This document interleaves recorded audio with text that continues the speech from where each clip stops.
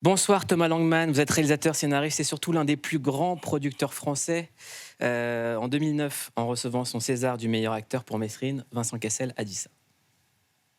Bon, mais je vais faire comme tout le monde. Je vais commencer par remercier Monsieur Claude Berry, mais pas pour la même raison que les autres.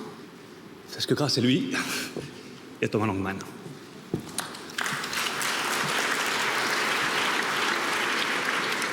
Et il faut dire ce qu'il y a, il n'y en a pas beaucoup comme lui. Il n'y a plus Claude. Maintenant, il y a toi. J'espère qu'on a encore plein de trucs à faire ensemble. En tout cas, sur ce coup-là, t'as été assez incroyable. On va se reprendre, je suis Mesrine quand même, merde! Il n'y en a pas beaucoup comme Thomas Langmann et je suis très fier de t'accueillir ce soir dans Click. Toute l'année, on a fait des torrents de dédicaces parce que il n'y en a pas beaucoup des producteurs comme ça et c'est important qu'on ait un Thomas Langmann en France. On voulait te recevoir parce qu'il y a un mois, je suis tranquille chez moi, je reçois un coup de fil. Thomas Langmann, oula, qu'est-ce qui se passe? Salut, tu veux faire une interview avec Francis Ford Coppola? Oui, ok. Et en fait, je voulais que tu viennes commenter cette interview parce que la parole de Coppola, elle est très très rare. C'est son retour à Cannes avec Megalopolis. Et surtout, l'histoire entre ta famille et la famille Coppola, elle est liée. C'est deux familles qui sont très très liées. Comment est-ce que tu as rencontré Francis Ford Coppola? Alors écoute, j'étais enfant. Et je suis sûr, j'ai assisté à une projection d'Apocalypse Now. Donc, ça devait être en 77 ou 76. Donc, j'avais 5-6 ans, peut-être. Et je me souviens que j'étais allongé par terre dans une salle de projection. Et j'ai entendu Wagner. Enfin, en plus, je crois que ça devait être une version très, très longue, bref. Non, mais mes parents et mon oncle étaient très proches de lui. Et ça a dû démarrer vers 75, quand il essayait de monter Apocalypse Now. Et quand, paraît-il, Steve McQueen, qui était malade, n'a pas joué le rôle, et de Martin Sheen. Et du coup, ils ont dû... tous les gens qui avaient financé le film étaient partis. Et ils ont cherché des investisseurs et ils ont rencontré mon oncle et mon père et ma mère et Jean-Pierre. La famille Rassam-Berry et la famille Coppola sont très très très liées. C'est deux grandes familles de cinéma. Ce soir, on va parler avec les parrains du cinéma, français et américain. Et Thomas Langmann, c'est le premier producteur français sacré à Hollywood avec The Artist. Nombreuses récompenses, 5 Oscars, dont celui du meilleur film en 2012. And the Oscar goes to The Artist. Thomas Langmann, producer. I want to say thank you from the bottom of my heart to you, members of the Academy, not only because we received tonight the award that any filmmaker would ever dream to receive, but because you're offering me tonight the opportunity to pay tribute to a member of this Academy that I miss so much, the Oscar winner, Claude Berry. And he directed movies like The Two of Us, Jean de Florette, and produced and worked with directors such as Francis Ford Coppola, Milos Forman, Pedro Almodovar, Roman Polanski. And I always thought and remember, will I ever one day be able to work with such director? Pourquoi c'est des images toujours aussi émouvantes à revoir? Ah, parce que c'est un moment unique dans... C'était fort, évidemment. C'est un très beau souvenir. Autre très beau souvenir, Francis Ford Coppola qui remet à Thomas Langmann le prix des critiques new-yorkais. Oui. This young man's invitation, Thomas Langmann, that I'm here, and I'm very proud because I knew him when he was so young. And his film that he produced brings to the audience a lot of happiness and a lot of joy. C'est quand même fou. Ouais, c'est fou parce que Harvey Weinstein, je me souviens, avant qu'il devienne ce qu'il est devenu, m'avait dit il viendra jamais. Il ne se déplace pas pour remettre des prix Francis Ford Coppola. Et donc, il a, par amitié, j'imagine, pour ma famille, et il est venu. Et c'est un moment très fort pour moi. L'histoire de famille entre les Rassam-Berry et la famille Coppola continue, de génération en génération. Ta fille, Lou Langmann, a travaillé aux côtés de Francis Ford Coppola sur ce nouveau film Megalopolis. C'est un des films dont on a le plus parlé depuis sa présentation à Cannes. C'était le retour de Francis Ford Coppola. Budget du film, 120 millions de dollars. Il a investi de sa propre poche. Il a pris du risque. Est-ce que prendre des risques, c'est une condition sine qua non si on veut faire du cinéma? En tout cas, ça fait pas de mal et c'est même plutôt recommandé. Maintenant, il ne faut pas prendre des risques quand on n'a pas besoin d'en prendre. Mais c'est vrai que mon père me disait souvent, un film, c'est des convictions. Et il vaut mieux se tromper avec ses convictions qu'avec celles des autres. Et c'est vrai que parfois, c'est pas grave d'avoir raison avant l'heure ou pas avec les autres. Et c'est la question qu'on a posée à Francis Ford Coppola. C'est un film qui mûrit depuis des années. Et c'est un film qui crée plusieurs types de réactions. Et on lui a simplement demandé combien de temps il faudra aux gens pour le comprendre. Regardez. Megalopolis took 40 years to exist. And the amazing thing about that movie is that every time I think about it, I think about new things, new things, new things, new things. So for a movie who took 40 years to make and to exist, how long will it take to understand it fully? Well, you know, first of all, there are a lot of things said about the film and about me that are not really true. It's not true that I was writing it for 40 years. What it was, as you know, I made a number of different films in my career, and what's interesting about them is that they were always in a different style. The Godfather film, which I'm most known for, was very classic style. And then I went to do Apocalypse Now, which was a very free kind of a style. And then I made One from the Heart, which was a very theatrical style. So I always tried to make the movie in the style of its theme. And then I thought, gee, someday when I'm older, I wonder if I will know what is my style. So I began to keep notebooks and scrapbooks and clippings from newspapers and also notes and excerpts of things I was reading. And I saw it was more like a scrapbook. And every year I would contribute to this. And I knew that someday it would be maybe the basis of some movie I would make. But only, I don't know, maybe 15 or 18 years ago did I really start to try to choose one of the subjects, which was in fact a Roman epic. I thought it would be fun to make a Roman epic. And then it would be even more interesting to make a Roman epic set in modern America, which had been made in the vision of Rome. So it is an interesting history of how I came to do it, but it wasn't something I was writing for 40 years, I've heard it referred to as a passion project.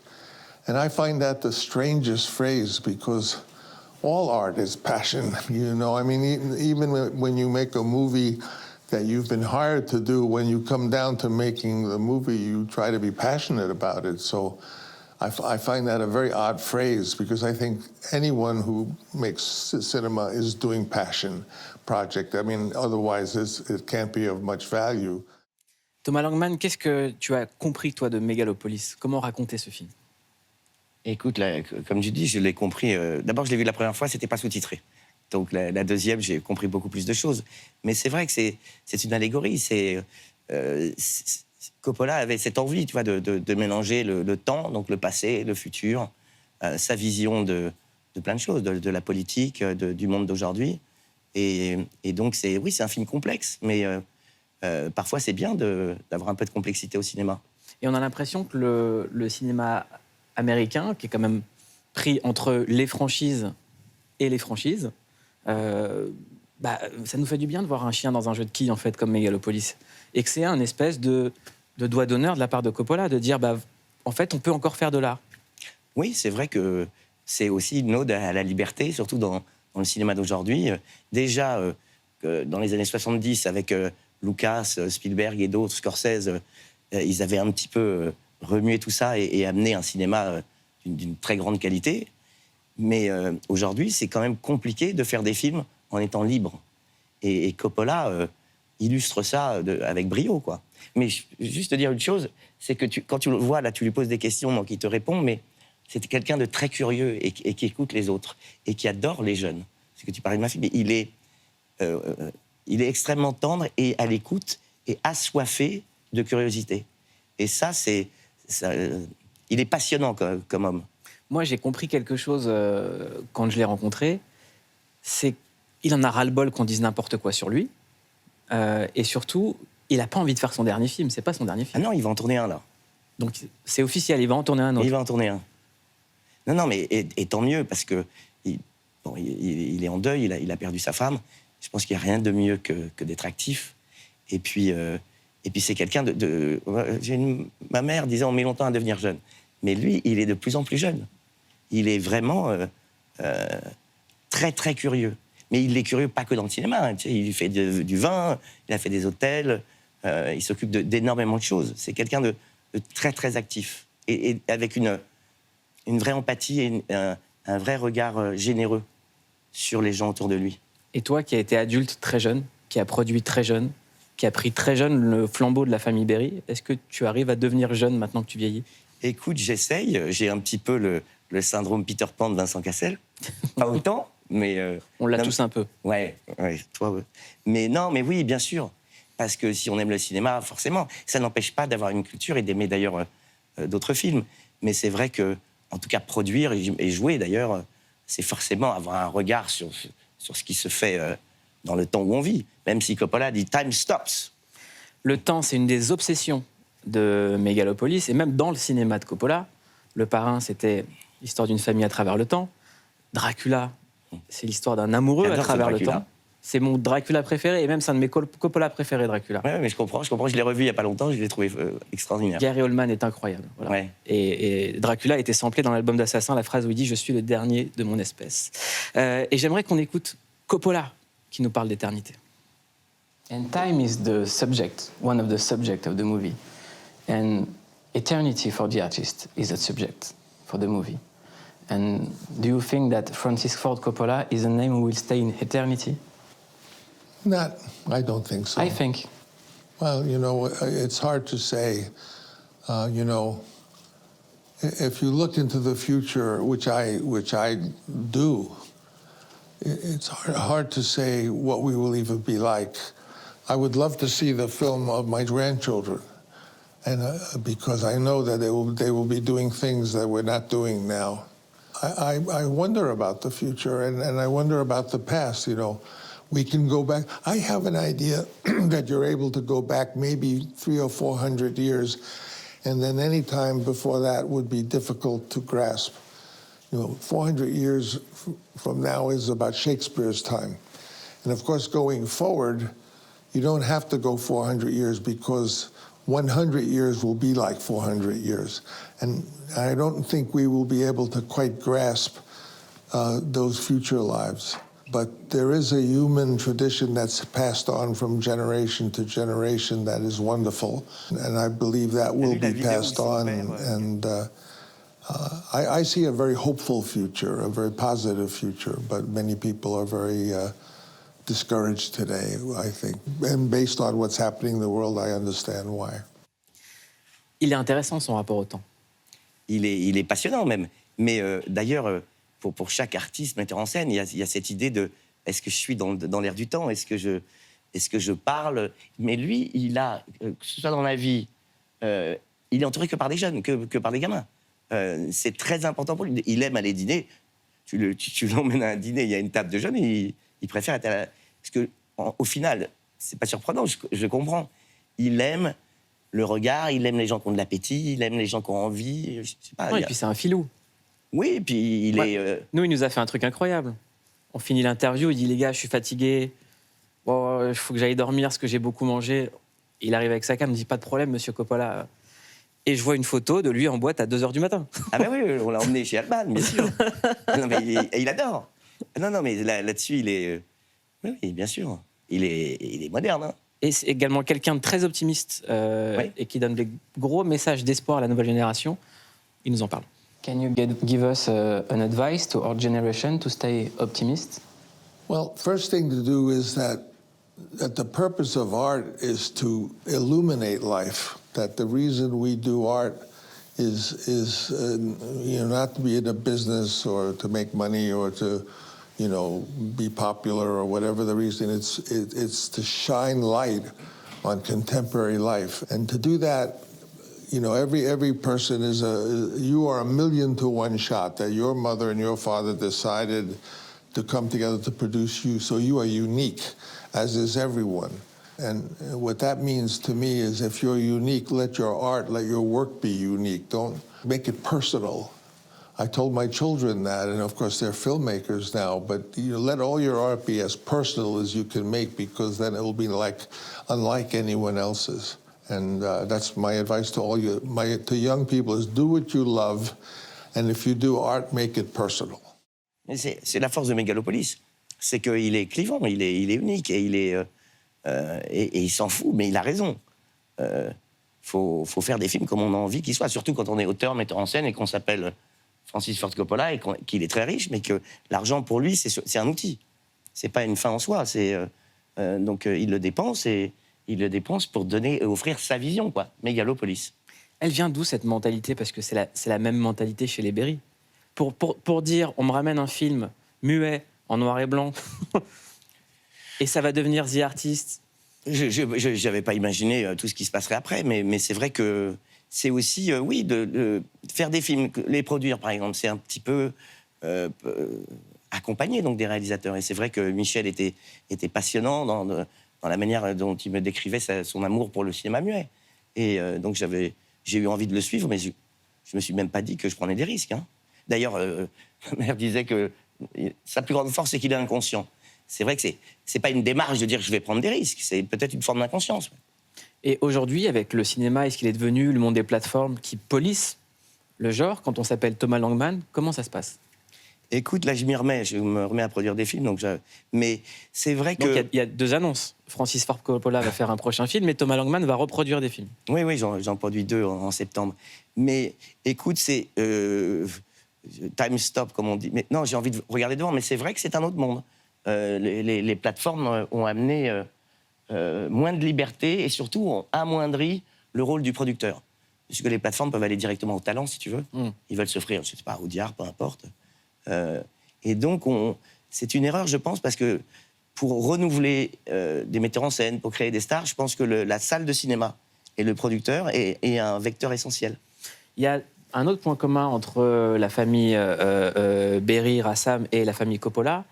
Je prendrais 2 films en comparaison. Je prendrais Le cinéma de papa et je prendrais Le Parrain. C'est d'avoir pris des gens qui étaient considérés comme des immigrés ou des minorités et de les avoir rendus à l'affiche, de les avoir mis à l'affiche dans un film. Et on en a parlé avec Coppola. You are a son of immigration. And how did you felt when you made your community, the Italo-American community, cool after The Godfather? Movies, motion pictures have had gangster pictures, so to speak, from the early days. And one thing I was reading about Paul Muni, the actor who played in the original Scarface, is he said he noticed that the real gangsters tend to copy the movie gangsters.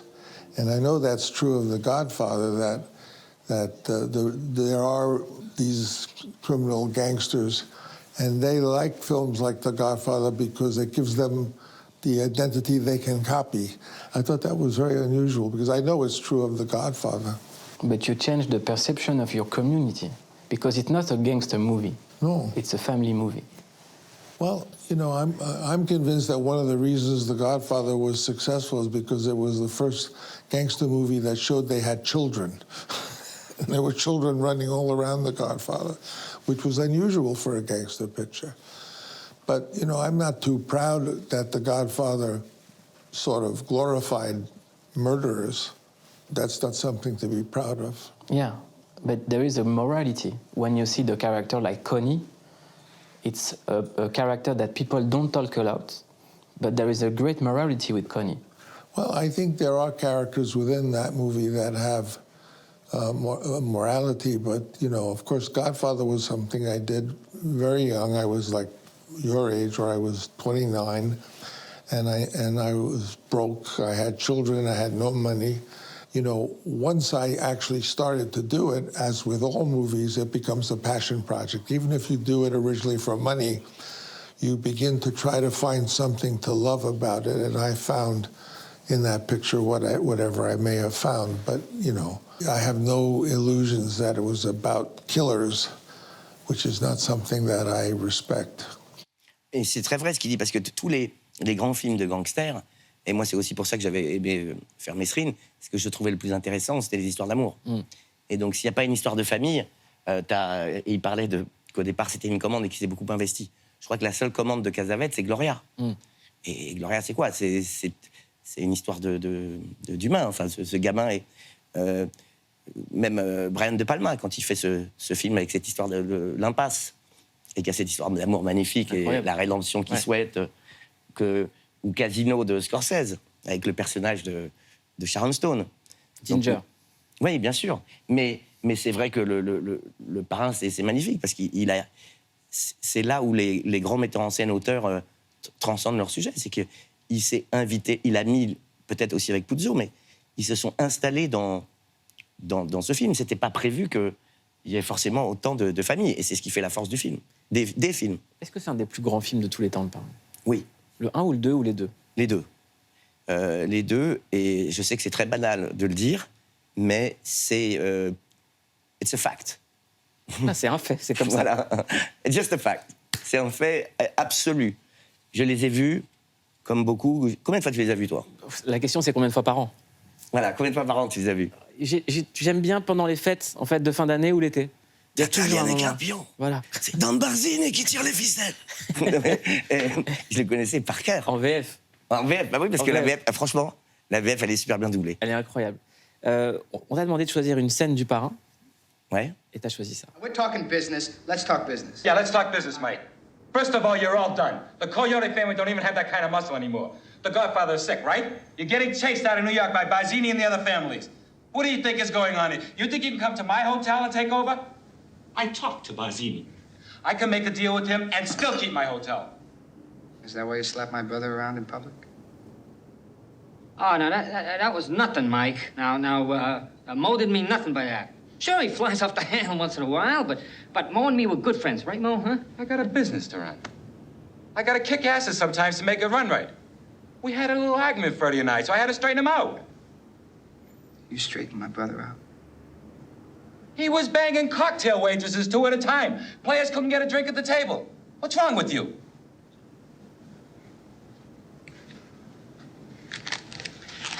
I leave for New York tomorrow. Think about a price. Pourquoi avoir choisi cette scène? Écoute, parce que la fratrie, moi, le personnage la relation, en plus que le personnage fascinant, c'est Fredo. Parce que le mec le joue, mais génialement. Cette souffrance de ne pas avoir la force de caractère des autres, donc de ne pas avoir le respect du père comme les autres, d'être différent, d'être lâche. Et évidemment, ce qui est extraordinaire dans Le Parrain, pour tous les metteurs en scène qui, des fois, se branlent un peu trop avec la caméra, c'est quasiment que des plans fixes. C'est extrêmement simple. Et surtout, la sobriété pour les acteurs sur Pacino, la sobriété du jeu de Pacino, quand on dit qu'il faut ressentir les choses et qu'en les ressentant, elles deviennent expressives, d'autant que la caméra, c'est extraordinaire. Et puis, on s'identifie à tout. Il y a toujours eu un frère un peu bagarreur, donc James Caan. Duval, c'est lui qui est tellement intelligent, tellement fin. Mais bon, il peut pas devenir... Et puis ce jeune Pacino, ce Michael Corleone, enfin, bref, tu connais... Ben moi, j'ai choisi une scène du Parrain, et on n'est pas si loin. C'est encore une scène avec Fredo. C'est pour moi une des plus belles scènes de l'histoire du cinéma. There's a plane waiting for us to take us to Miami in an hour. All right. Don't make a big thing about it.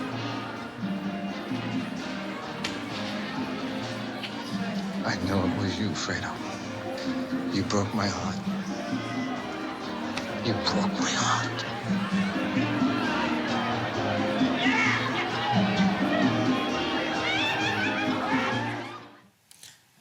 Pardon? J'ai été son chauffeur, À qui? à Pacino. Ah, faut me raconter ça. Ben parce que j'ai été quelques mois, on m'avait proposé de jouer dans des films, j'étais acteur à l'époque. Et en fait, sinon, j'ai eu une opportunité d'aller faire Grouillot sur Le Parrain 3. Donc j'ai été chauffeur et pendant 1 mois et demi, 2 mois, j'ai conduit Pacino. Il n'y avait pas de GPS à l'époque. Donc, comme ça devait être un Italien normalement, j'ai repéré tous les restaurants à 20 km à la ronde. J'avais un costard, des lunettes, j'y croyais à fond. Hein. Et tu sais que quand on allait dans les restaurants, quand Pacino descendait, les gens l'appelaient Don Corleone et ils faisaient le baise-main. À l'acteur. À l'acteur. Ah oui, c'était Don Corleone, c'était pas Pacino. Et moi, du coup, j'étais sur la voiture, j'avais le costard, les lunettes et tout, je m'y croyais à donf. C'était quoi les conversations d'Al Pacino sur Le Parrain 3? C'était quoi son état d'esprit? J'en ai pas eu tant que ça, moi, avec lui, mais écoute, Francis, à cette époque, avait une sorte de trailer, tu sais, c'est Caravane à l'américaine, là, tout en allure, et il dirigeait beaucoup de l'art, et montait en même temps. Et donc, ils avaient des conversations là, et sinon, des fois, Pacino avait une oreillette et il pouvait lui parler. Il y a un point commun entre Le Parrain 3e partie et Megalopolis, c'est Le Parrain 3, il est très sous-estimé. Moi, je le trouve très intéressant parce qu'il raconte la fin d'un monde. Bien sûr. Il raconte la fin d'une époque, comme Megalopolis raconte la fin d'une époque. Bien sûr. Et c'est quelque chose d'assez dingue dans l'œuvre de Coppola, c'est que Megalopolis, c'est un film, c'est comme s'il avait samplé Coppola. C'est comme s'il s'était auto-samplé, qu'il avait pris ses références et qu'il s'était... Une sorte de kaléidoscope de... Exactement. Ouais. Et dans la direction artistique, il y a beaucoup de références à Dracula. Dans les panneaux, coup de cœur aussi. dans les tableaux, exactement, et à coup de cœur. Et j'aimerais qu'on regarde un petit extrait du Dracula de Coppola. Avec plaisir. We, Dracula's have a right to be proud. What devil or witch was ever so great as a killer whose blood flows in these veins?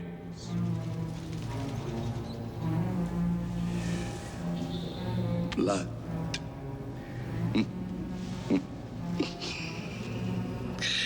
Is too precious a thing in these times. The warlike days are over. The victories of my great race are but a tale to be told. I am the last of my kind. I have offended you with my ignorance, Count. Forgive me. Non, mais c'est un visionnaire. Keanu Reeves, Gary Oldman. Mais quand tu vois Outsider, le nombre de stars, t'avais Tom Cruise, t'avais Mickey Rourke ou dans Rumblefish, et dans Le Parrain, Pacino, De Niro, Duval. C'est extraordinaire. Ouais. Il a un œil, et puis il le mérite. Il fascine les acteurs. Ils sont quoi? Il y a Scorsese, il y a Spielberg, mais il y a Francis.